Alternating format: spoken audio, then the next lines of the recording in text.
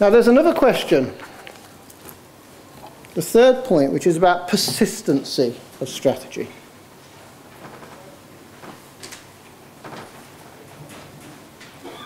We talk about sustainable competitive advantage. Years ago I worked in the IT industry. Let me explain how the IT industry works. You try and avoid buying the lemon, because if you buy the really good product, anybody else will buy that, and 6 months later they've caught up unless you executed it particularly well, and they didn't. IT is about avoiding boxing yourself into a corner so you are not tied to a piece of technology for the next 10 years. That's called sustainable competitive disadvantage. You may have seen this in some organizations. I've worked in the insurance industry, boy, I've seen it. What you're trying to do is get persistency over a period of time. See, I think strategy is persistent pattern of behavior.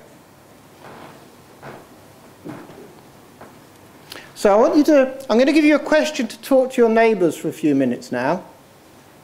And here's the question. First question is, if you're willing to discuss it, what is your explicit strategy in your organisation? What are you told it is? And the second question is, what is the persistent pattern of behaviour you are seeing in your organisation? And are they the same? So, take 2 minutes, have a conversation with your neighbour. Gosh, that's the noisiest I've heard them all evening. Interesting, isn't it? Persistency of behaviour, persistency of the organisation. This is the Volkswagen Golf. It's been a persistent series of pretty much consistent models over the years. Some say it got a bit fat and a bit slow around version Mark 5. But it's the same model. Do you know they came out in 1975? Mintzberg, in that book I talked about, talks about how from the end of the Second World War until the Golf came out, actually they were consistently a rear-engined, rear-wheel drive manufacturer, no matter what they built. And you know the Beetle and you know the bus. Persistent pattern. They actually had a really serious change to go through to get from rear-wheel drive, rear engine to this model, which they have effectively kept as a formula. And interestingly consistent, pretty much consistent image and brands over that time. And you can see that in other products as well. If you take an Apple product, any Apple product, you get that sense of this is an Apple product. Not just because it's white. Even the silver and blackened ones and other colours. But there's a catch. And the catch is, smoking is also a persistent pattern of behaviour. Because what's a culture for one organisation is merely a habit for another. And the question is, has your organisation got a culture or a habit? And how did it get it?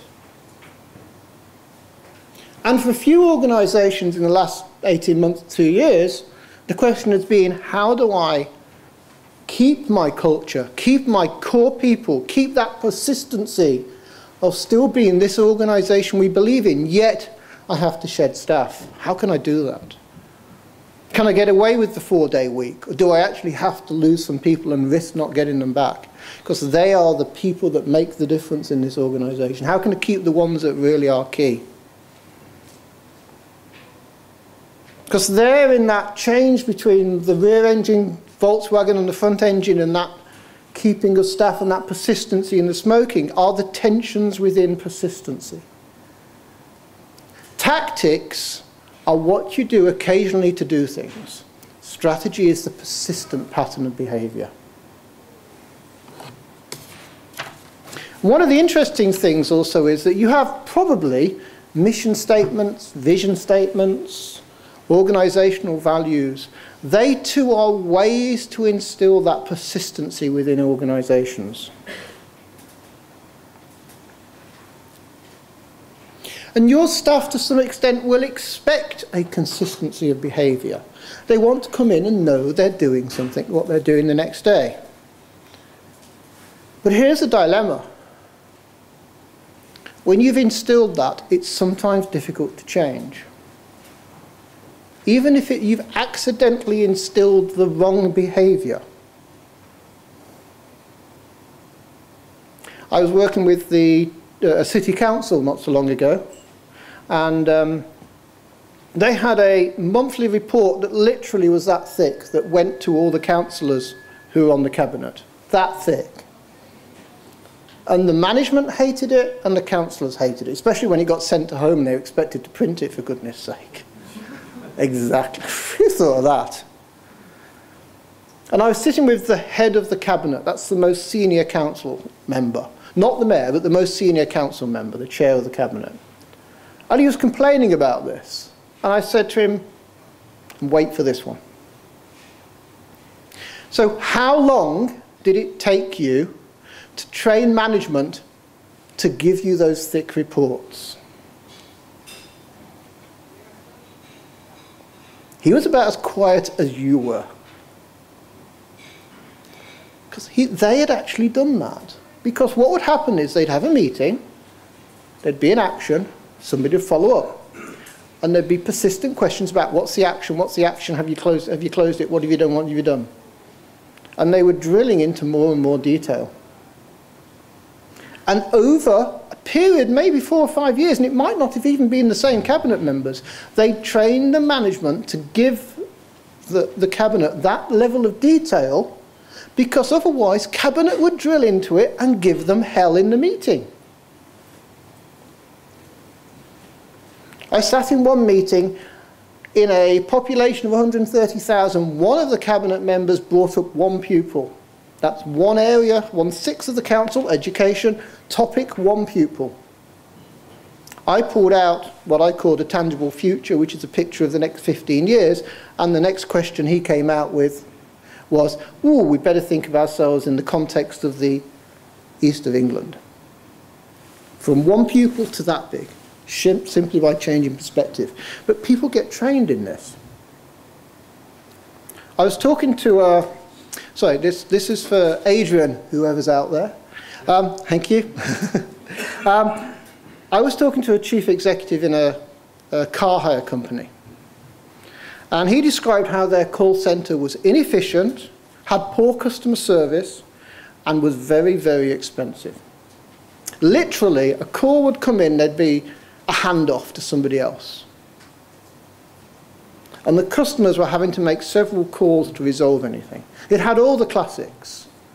Now, in the conversation, the question comes, how can you do, cut costs and still get some sort of responsiveness without cutting the service in some way? So one of them has to go. This chief executive didn't believe that. He realised he could solve all 3 issues, but he needed a couple of big gestures. So he said to his frontline staff, imagine that person on the end of your phone, that phone is your grandmother. You wouldn't leave her in the lurch, would you? I want you to do all that is reasonable and necessary to get her back on the road. And you have my mission to do that. And I trust you to do that and be sensible.